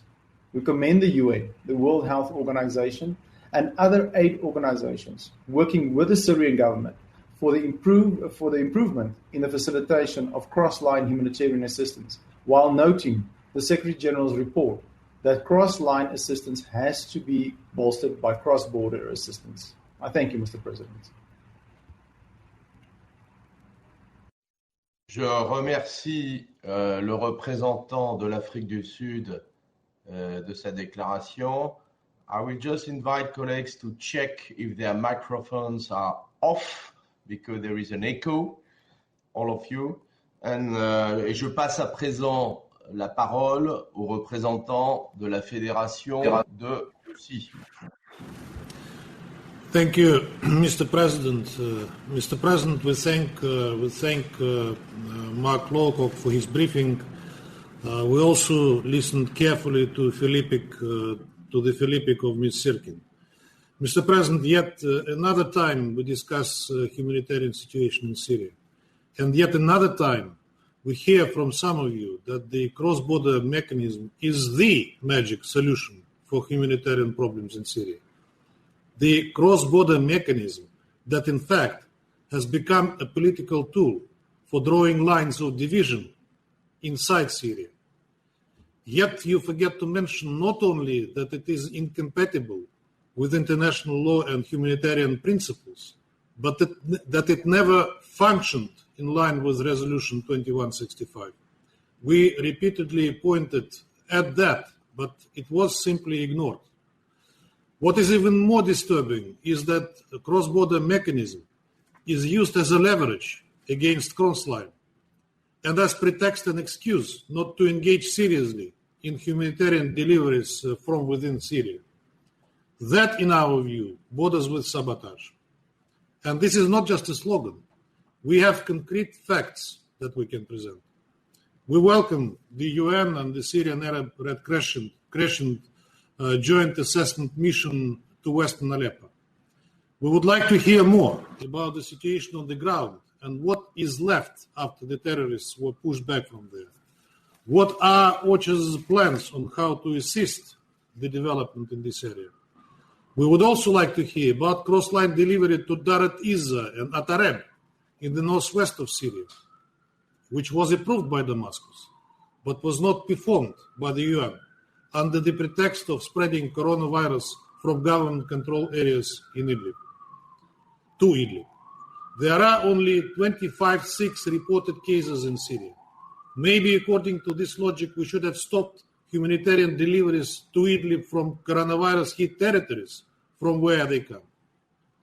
We heard Mark's assessment on the overall situation in the northeast of Syria, including in the Al-Hol camp. We would also be interested to hear about the situation in the Rukban camp and learn more about the 5 commercial trucks that delivered goods to Rukban local market. We hope to hear from Mark Lowcock an assessment of the impact of the US administration Cesar Act on the humanitarian situation in Syria and on the lives of the ordinary Syrians. It's hard to understand how these measures correlate with the proclaimed aim to ensure the best options for humanitarian assistance. Don't try to convince us that unilateral sanctions and coercive measures enforced by Western countries against Syria do not affect humanitarian efforts. These reassurances are hypocritical. Your waivers and exemptions do not work. With one hand, you advocate humanitarian assistance through cross-border first and foremost. With another, you choke ordinary Syrians. I can't but regret that the report by the Secretary General on humanitarian issues contains the call to cooperate with the so-called triple IM mechanism, an illegitimate structure that was established to implicate Syria. Mark mentioned and welcomed Syrian students moving in the country to receive their diplomas. However, he failed to mention that 2,000 of them could not leave Idlib because they were prevented to do so by terrorists. On the Brussels Donor Conference, we saw the financial report by the European Commission. The figures look impressive, but they are not too transparent on the recipients of this assistance. Who exactly in Syria these recipients are? Which Syrians received this assistance? We stress again that holding Brussels conferences on Syria without Syria looks at best questionable. Mr. President, many of you spoke on the deconfliction mechanism in Syria. In this regard, we would like to underscore that this mechanism was a voluntary arrangement. It has neither the mandate of the Security Council nor any other legal basis. We repeatedly signaled the drawbacks of the mechanism. This was also consistently ignored. One of the main deficiencies is that the information provided by OCHA comes from unknown and unidentified sources. They couldn't be verified. At the same time, our own inquiry repeatedly proved that some of the deconflicted sites were in fact used as terrorist headquarters or hideouts, and thus couldn't be granted a humanitarian status. Last September, we organized a special media event in the UN headquarters where we demonstrated with facts the deficiencies of this mechanism. Information provided was used by terrorists and their backers to deliberately mislead the UN and the international community. It repeatedly triggered false accusations that civilian sites were bombed by Syria or Russia. The functioning of the deconfliction mechanism was one of the pretexts to establish the Board of Inquiry. Conclusions of the Board of Inquiry itself proved the deficiencies of the deconfliction mechanism. The Russian Ministry of Defense was compelled to use its resources to investigate the findings of the Board of Inquiry and provide its own conclusions. We will be sharing those with you. It's also difficult to understand why the government of Syria was not a direct party to the mechanism. Russian representatives in Damascus, Geneva, and New York will no longer accept any lists of objects for deconfliction. We suggest that from now on, OCHA settles this issue of deconflicted sites with the Syrian government. This will be the right way to proceed. Russia respects and will continue to respect its obligations under the international humanitarian law.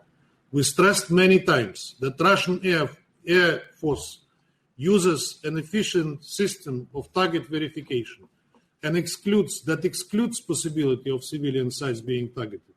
I say this to reassure those of you who fear that humanitarian deliveries in Syria will now become targets. This is not true. Russia never hit any civilian convoy.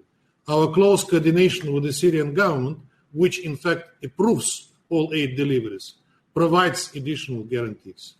I have a rhetorical question. I fail to remember any complaints from UN agencies about deficiencies of the deconfliction mechanism in Raqqa, Baghouz, or Khartoum. However, today we hear that about a terrible situation in healthcare system in the northeast of Syria. And you know why? Because Raqqa, for example, was ruined to the ground with all its hospitals. How many boards of inquiry were set up then by the UN?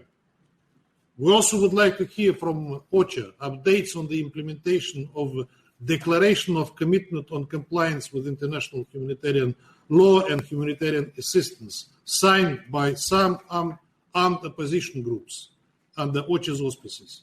How do these armed groups respect it, and what are these groups? And how does the UN monitor implementation of their commitments? In conclusion, Mr. President, let me reiterate that we should depoliticize the Syrian humanitarian file, as well as the overall Syrian dossier, and ensure that humanitarian aid is delivered in Syria in accordance with humanitarian principles. I thank you. Je remercie le représentant de la Fédération de Russie pour sa déclaration et je donne à présent la parole au représentant du Royaume-Uni. Thank you very much, Mr. President. Let me, excuse me. Let me also, of course, thank Mark Lowcock for his briefing and Susannah Sirkin from Physicians for Human Rights for what she had to say as well, which was very powerful. Mr. President, the United Kingdom remains committed to ensuring that aid in Syria reaches those who need it, regardless of location. In light of that, we continue to believe that it is necessary to renew the cross-border mandate in the Northwest and to reauthorize the mandate for the Northeast. And we strongly support the efforts of our humanitarian co-pen holders to enact this. A mandate renewal for 12 months in the Northwest is the minimum requirement to enable aid agencies to function effectively in the region.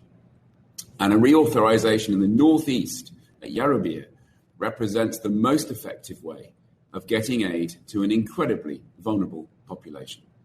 Mr. President, I agree with all of those who have said that humanitarian aid should not be a political issue, and nor should the modalities and the mechanisms for delivering it. Mr. President, in the Northwest, cross-border operations remain at their highest level since the mandate was approved in 2014, and both crossings remain vital.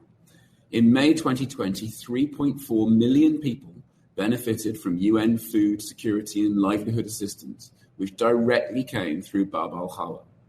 1 million people benefited from health assistance provided via cross-border aid through Bab al-Salam.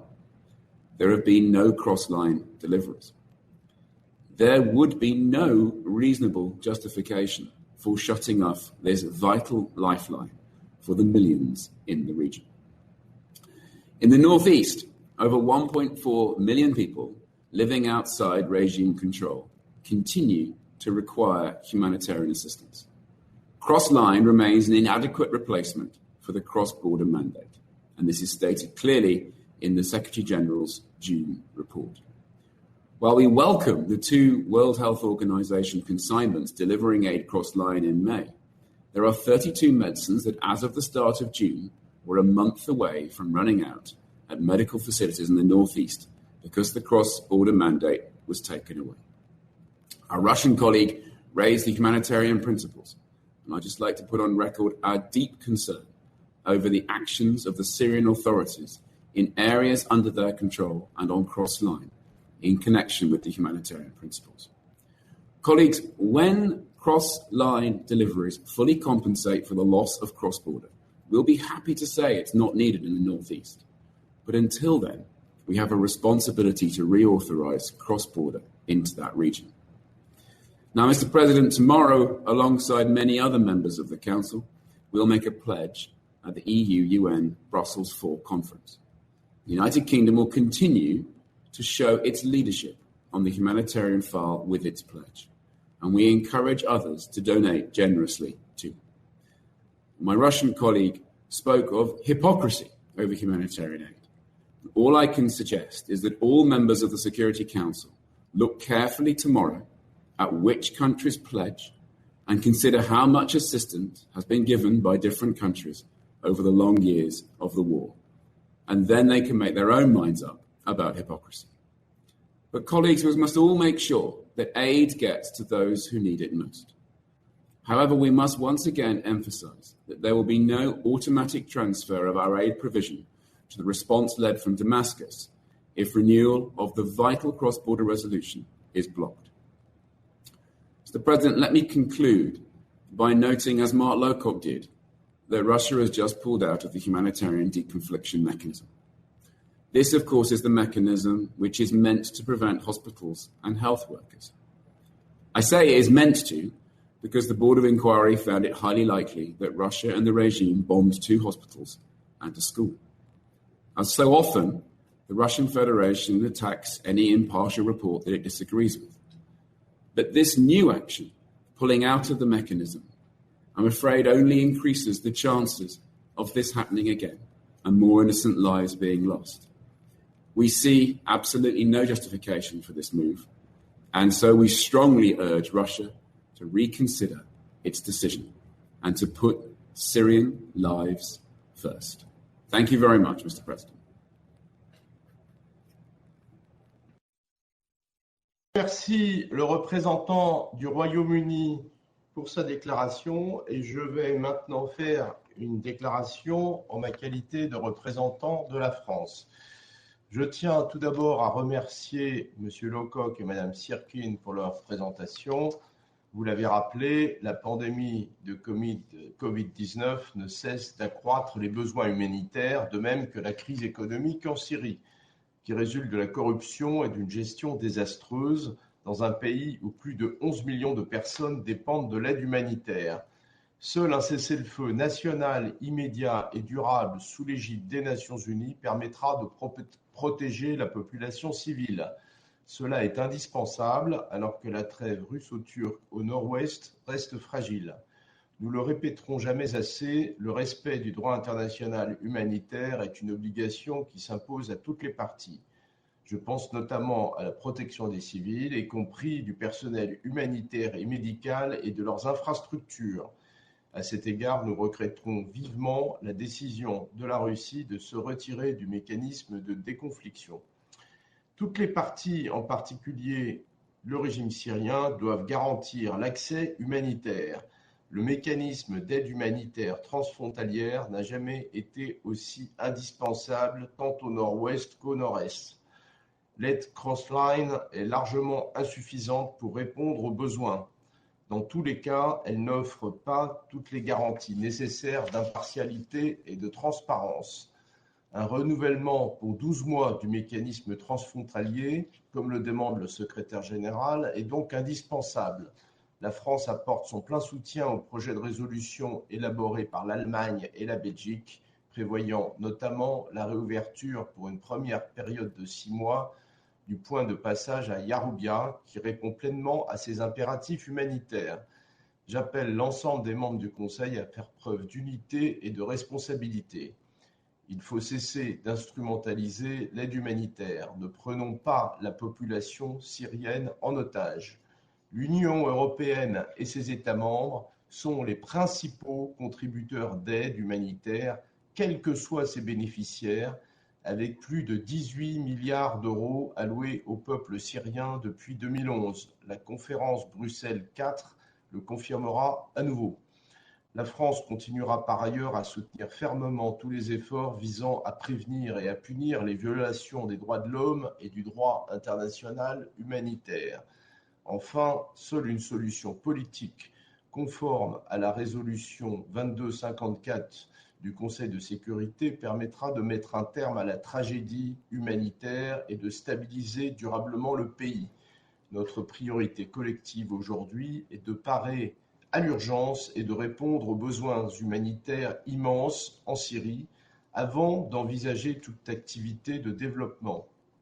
Nous y contribuons partout en Syrie. Tant qu'un processus politique crédible n'est pas fermement engagé, la France et l'Union européenne ne financeront pas la reconstruction. Vous connaissez enfin nos positions sur la levée des sanctions et la normalisation qui demeurent inchangées. First of all, many thanks to Mr. Lowcock and Mrs. Sirkin for their presentations. As you reminded us, with the COVID-19 pandemic and economic crisis resulting from corruption and the disastrous management, humanitarian needs have to be steadily increasing in a country where more than 11 million persons depend on humanitarian aid. Only a nationwide, immediate and sustainable ceasefire under the auspices of the United Nations will allow the protection of the civilian population.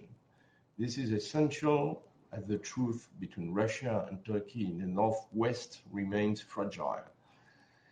We will never say it often enough, respect for international humanitarian law is an obligation for all parties. I'm thinking in particular about the protection of civilians, including humanitarian and medical personnel and their infrastructures.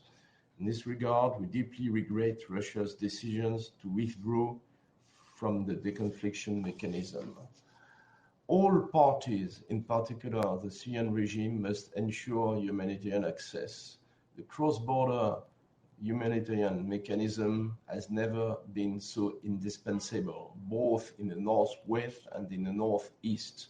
Cross-line aid is largely insufficient to respond to the needs. In any case, it does not offer all necessary guarantees regarding transparency and impartiality. A renewal for 12 months of the cross-border mechanism, as requested by the Secretary General, is essential. France fully supports the draft resolution elaborated by Germany and Belgium, including notably the reopening for a first period of 6 months of Al Yarubia crossing point, which fully responds to these humanitarian imperatives. I call on Council members to show unity and responsibility. Instrumentalization of humanitarian aid must stop. The Syrian population must not become hostage to this. The European Union and its member states are the main contributors of humanitarian aid, regardless of the beneficiaries, with more than 18 billion euro allocated to the Syrian people since 2011. The Brussels IV conference will confirm it again. In addition, France will continue to strongly support all efforts aiming at preventing and punishing violations of human rights and of international humanitarian law. Lastly, only a political solution in accordance with the 2254 Security Council resolution will allow to bring an end to the humanitarian tragedy and to bring long-term stability to the country. Today, our collective priority must be to address the emergencies and to respond to the huge humanitarian needs in Syria before considering any development activity. We contribute to that everywhere in Syria. Until a credible political process is not firmly underway, France and the European Union will not finance reconstructions in Syria.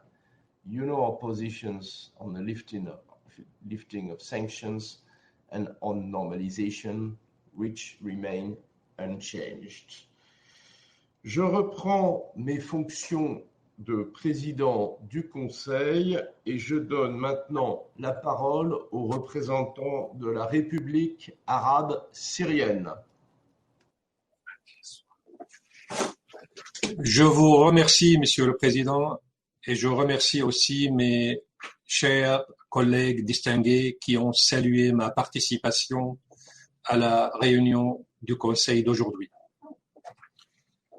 Mr. President, Socrates spoke truth when he said, and I quote, "Humanity is not a religion, but a rank that some people reach," unquote.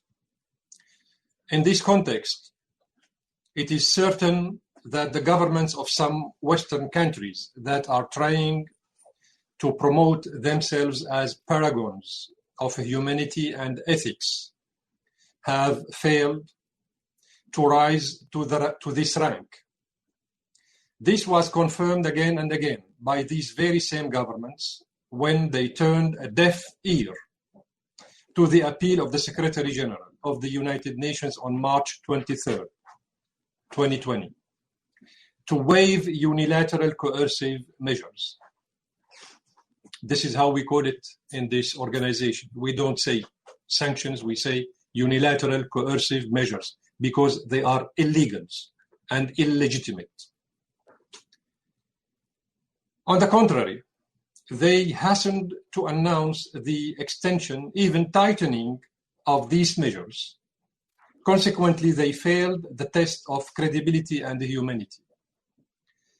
Is not the suffering of 2 billion people caused by unilateral coercive measures worth holding emergency sessions by your Council to put an end to this crime against humanity and hold accountable those responsible for it?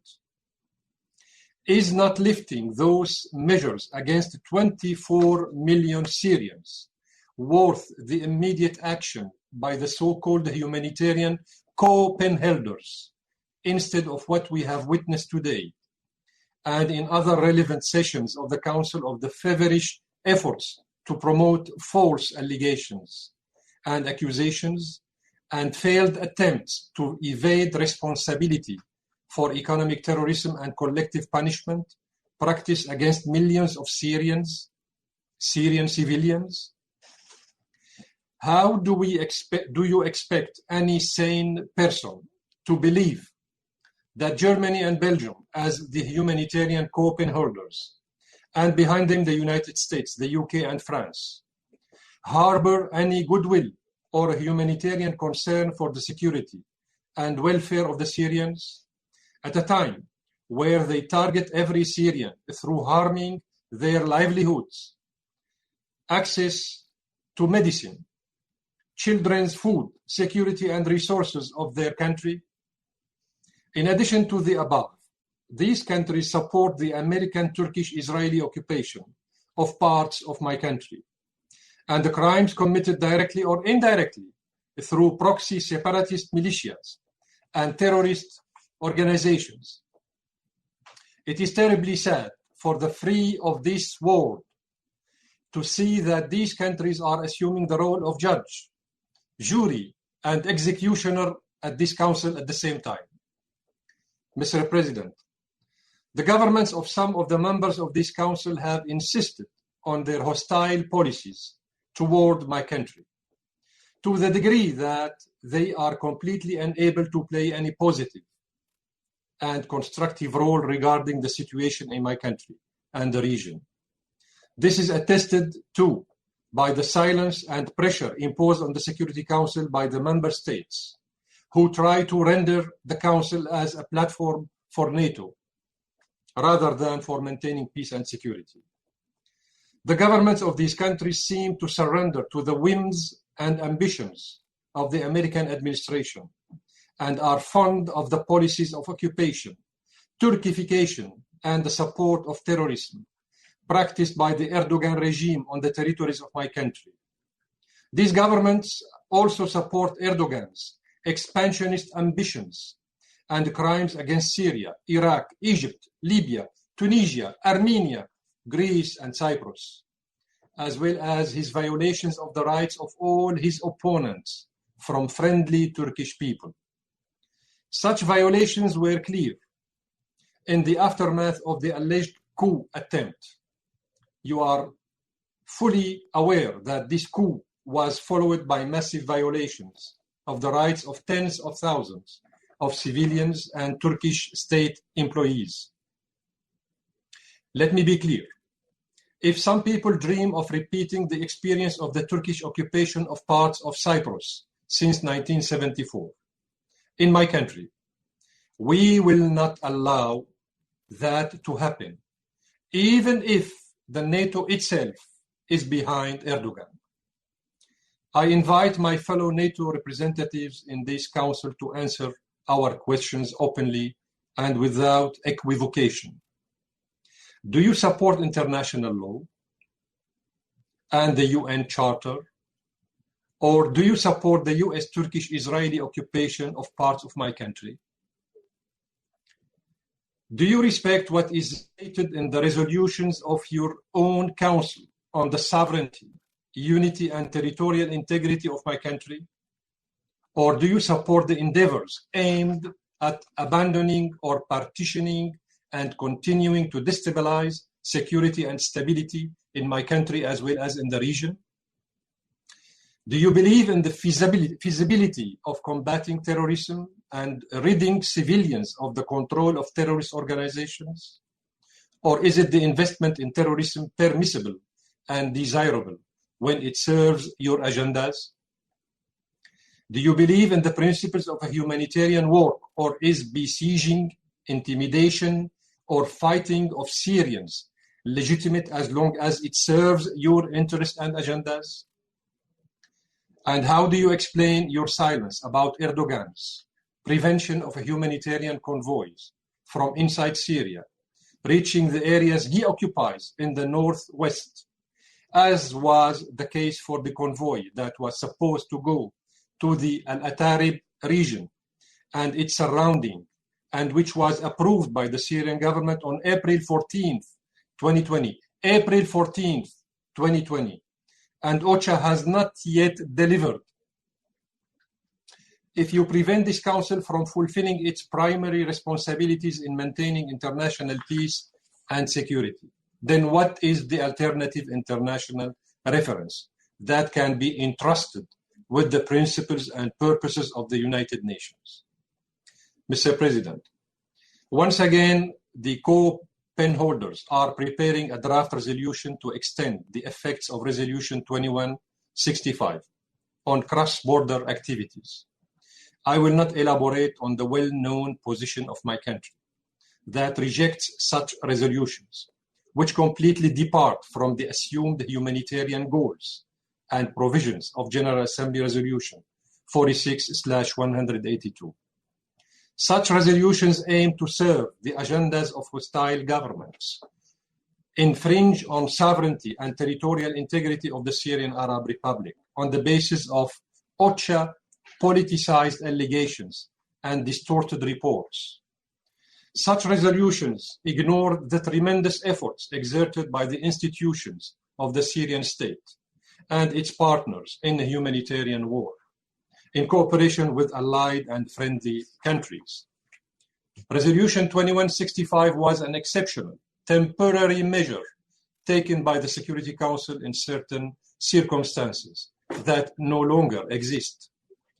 Its sustainability cannot be permitted, nor could it be strengthened by including additional crossings that serve the occupation and threaten the integrity and unity of the Syrian territories. The only available crossings are the two crossings of Abu Kamal and Nasib. Then we have the two airports of Aleppo and Qamishli, meaning that OCHA has the possibility to send humanitarian assistance through two crossings and two airports in Syria. Instead of wasting time on the misleading OCHA reports and their pointless details, your council must address the root causes of the crisis. That would consequently restore security and stability and improve the humanitarian situation. This means ending the US-Turkish occupation and its crimes, such as destroying Syrian infrastructure, looting of various resources, and burning agricultural crops. Addressing the root cause of the crisis entails supporting the efforts of the Syrian state and its allies in combating terrorism, in addition to the immediate lifting of unilateral coercive measures. The effects of these measures are not only limited to the livelihood of millions of Syrians, but also aim, among other things, to divide my country. This is confirmed by the notorious Cesar Act, which excluded northeastern Syria from its provisions in order to encourage separatist tendencies among the proxy militias of the occupation and try to create new facts on the ground. Mr. President, my delegation renews its call to countries that have pledged and committed to respecting international law and the maintenance of international peace and security, to put an end to the politicization of the humanitarian issue in my country, support the efforts of the Syrian state in the humanitarian and development domains. These countries should also reject the political conditions and dictates set by some governments with the aim of obstructing the reconstruction and recovery efforts, as well as the return of displaced Syrians. My government reiterates its position regarding Brussels Conference and stresses the fact that these conferences are nothing but propaganda showdown that aims at implementing the agenda of some countries that organize and participate in these conferences in a plain politicization of humanitarian work and the imposition of their conditions and deep-rooted obstinacy. My government reaffirms that it does not recognize any initiatives or meetings held about Syria without its participation and full coordination. My government also renews its demand that the United Nations do not participate in such conferences in order to maintain its impartial role and respect of humanitarian work parameters under Resolution 46/182. Finally, Mr. President, inviting false witnesses to brief the Council is not in the interest of the noble issue the Security Council is striving to deal with in almost 100 sessions so far. Such an invitation is a deliberate misuse of the Council's mechanisms, aiming at distorting facts and misleading member states' representatives. The repetitive invitation of the tools of fabrication to the Council sessions, whether it is related to the humanitarian situation or political or chemical file, highlights the degree of prejudice that enemies of Syria and this Council hold against my country. How desperate they are because they lost the bet on terrorism and sanctions during years of the crisis. The role of guests invited by the Council presidency to brief it on a humanitarian situation should be responsible and a humanitarian role, not a critical, prejudiced, and inciting role against my country's government and people. Whoever speaks about a humanitarian situation, wherever that is, should be trustworthy and well-versed in the Charter's provisions and communication disciplines. I thank you, Mr. President. Je remercie le représentant de la République arabe syrienne pour sa déclaration. Je donne à présent la parole au représentant de la Turquie.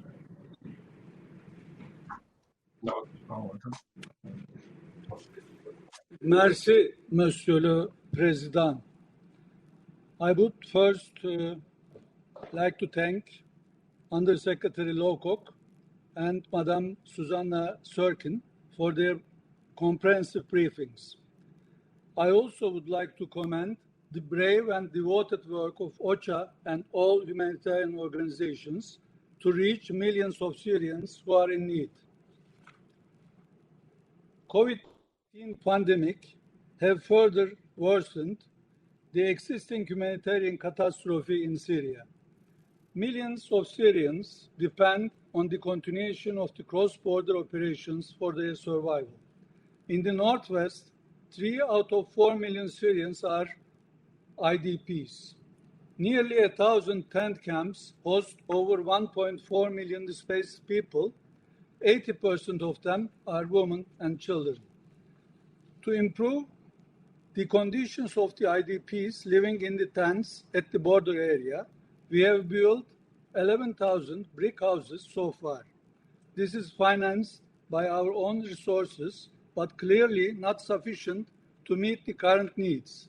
We expect donors to step in to assist in this effort. Mr. President, since the establishment of the cross-border mechanism in 2014, 88% of the operations were conducted through Bab el-Hawa and Bab el-Salam border crossings.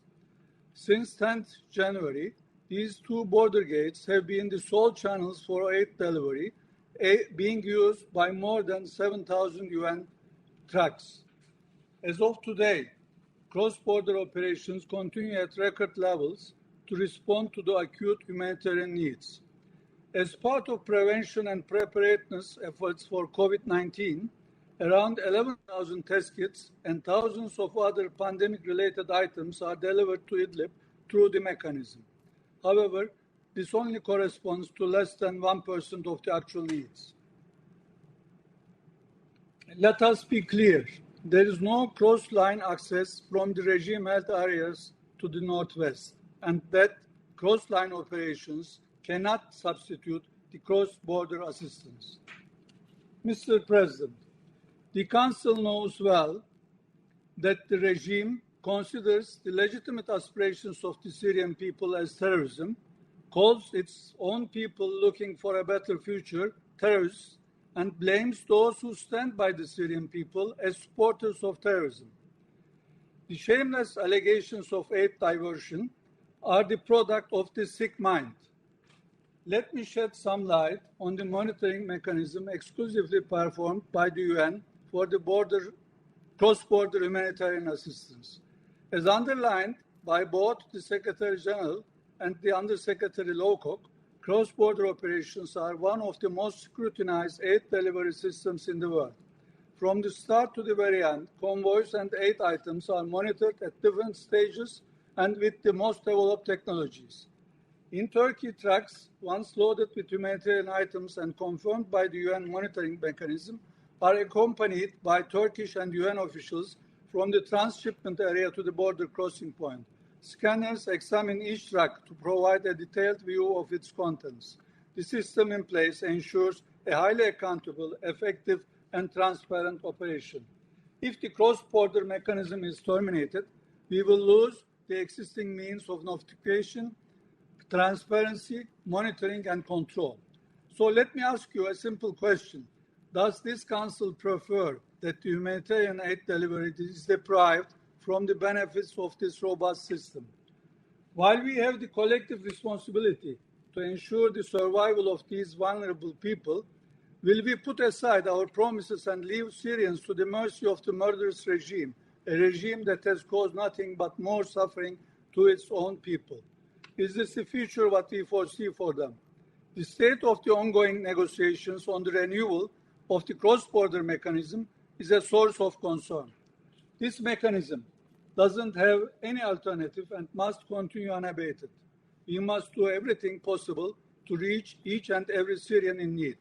Obstructing this can have no justification. I would also like to touch upon the rightful appeal by 18 Syrian NGOs who requested the inclusion of Tel Abyad border crossing in the mechanism. As you all know, this is an option we have offered to the Council for its consideration in order to meet humanitarian needs in the northeast. This option is still on the table. As I have said before, this is a crossing which is already in use. Our authorities have channeled 412 humanitarian aid convoys through this crossing since November 2019. Mr. President, in 4 years, almost 500 attacks on health facilities killed hundreds of civilians and health staff in Syria. Majority of these occurred in the northwest. Respecting international humanitarian law entails protecting humanitarian workers and the civilian infrastructure. The UN deconfliction mechanism is an indispensable instrument to that end. Turkey will continue to be fully engaged with OCHA in the implementation of the UN deconfliction mechanism, and we call on all to do the same.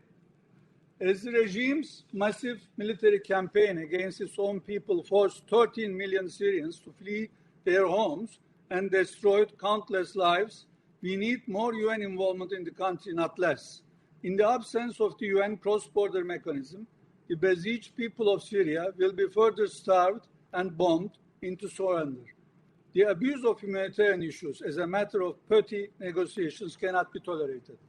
We should not forget that a lasting political solution can only be reached once basic humanitarian assistance continues to reach people in need throughout the country. The termination of the mechanism will also have negative implications on the political process. Therefore, the Security Council should uphold its obligations to protect civilians in Syria and renew the cross-border mechanism for at least 12 months. On a final note, today this platform has been abused once again for utter misrepresentations, lies, and delusional accusations by the so-called representative of the criminal Assad regime. He does not represent the Syrian people, and I will not dignify him with a reply. Turkey will continue to be the voice of Syrian people's demands until their legitimate aspirations are fulfilled. Thank you.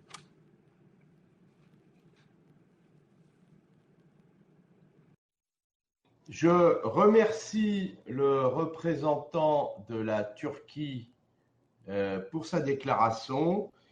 Il n'y a plus d'autres orateurs inscrits. Nous voici arrivés au terme de cette séance.